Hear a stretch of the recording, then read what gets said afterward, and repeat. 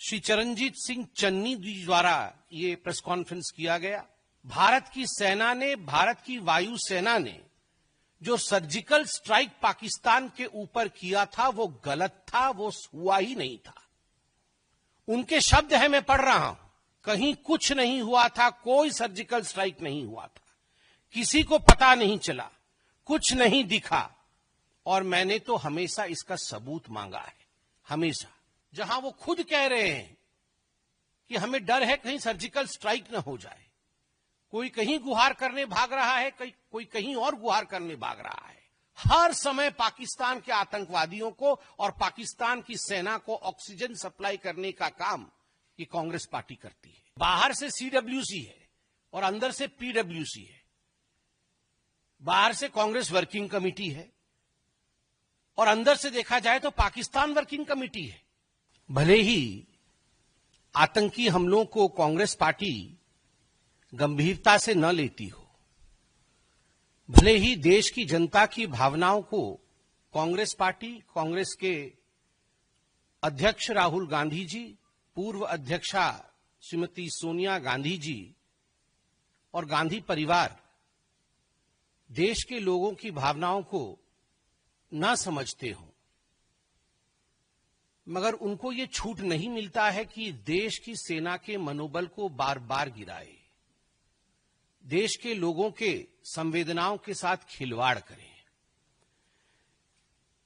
पहलगाम में जिस प्रकार का पाकिस्तान द्वारा स्पॉन्सर्ड टेररिस्ट अटैक हुआ है, पूरे देश में एक गम का माहौल है। सीडब्ल्यूसी की मीटिंग हुई कल। सीडब्ल्यूसी ने अपने मीटिंग में कुछ प्रस्ताव पारित किए। हाथी के दांत दिखाने के और खाने के और है। सीडब्ल्यूसी के मीटिंग में जो प्रस्ताव पारित हुए, उसके तुरंत बाद कांग्रेस पार्टी ने एक दूसरा प्रेस कॉन्फ्रेंस कराया, और प्रेस कॉन्फ्रेंस एक बहुत ही महत्वपूर्ण राज्य के पूर्व मुख्यमंत्री, एक बॉर्डरिंग स्टेट, उसके पूर्व मुख्यमंत्री श्री चरणजीत सिंह चन्नी जी द्वारा ये प्रेस कॉन्फ्रेंस किया गया। और आप सोच के देखिए, स्ट्रैटेजिकली ये कांग्रेस का प्लान्ड विजन है कि ये प्रेस कॉन्फ्रेंस भी सीडब्ल्यूसी के मीटिंग के पश्चात एक तरफ खड़गे जी कुछ बोलेंगे एक रिजोल्यूशन के बारे में, और दूसरी तरफ बॉर्डरिंग स्टेट के पूर्व मुख्यमंत्री, वर्तमान के सांसद और उनके एक बहुत बड़े नेता चन्नी साहब पैरेलल प्रेस कॉन्फ्रेंस करेंगे, और पैरेलल प्रेस कॉन्फ्रेंस करके कहेंगे कि 2019 में पुलवामा के समय भारत की सेना ने, भारत की वायुसेना ने जो सर्जिकल स्ट्राइक पाकिस्तान के ऊपर किया था वो गलत था, वो हुआ ही नहीं था। उनके शब्द है, मैं पढ़ रहा हूं, आपके देश पर कोई बम गिरा जाए और आपको पता न चले, कहीं कुछ नहीं हुआ था, कोई सर्जिकल स्ट्राइक नहीं हुआ था, किसी को पता नहीं चला, कुछ नहीं दिखा, और मैंने तो हमेशा इसका सबूत मांगा है, हमेशा। प्रधानमंत्री जी के 56 इंच के सीने के ऊपर भी उन्होंने प्रश्न चिन्ह लगाया और उनके ऊपर टॉन्ट कसा। आप बताइए, 2019 के सर्जिकल स्ट्राइक को लेकर पाकिस्तान में खलबली मची। पाकिस्तान के तमाम मंत्रियों ने इस विषय को स्वीकारा। पाकिस्तान के मंत्री और पाकिस्तान के सेना के अधिकारी अभी भी कह रहे हैं कि फिर से सर्जिकल स्ट्राइक न हो जाए।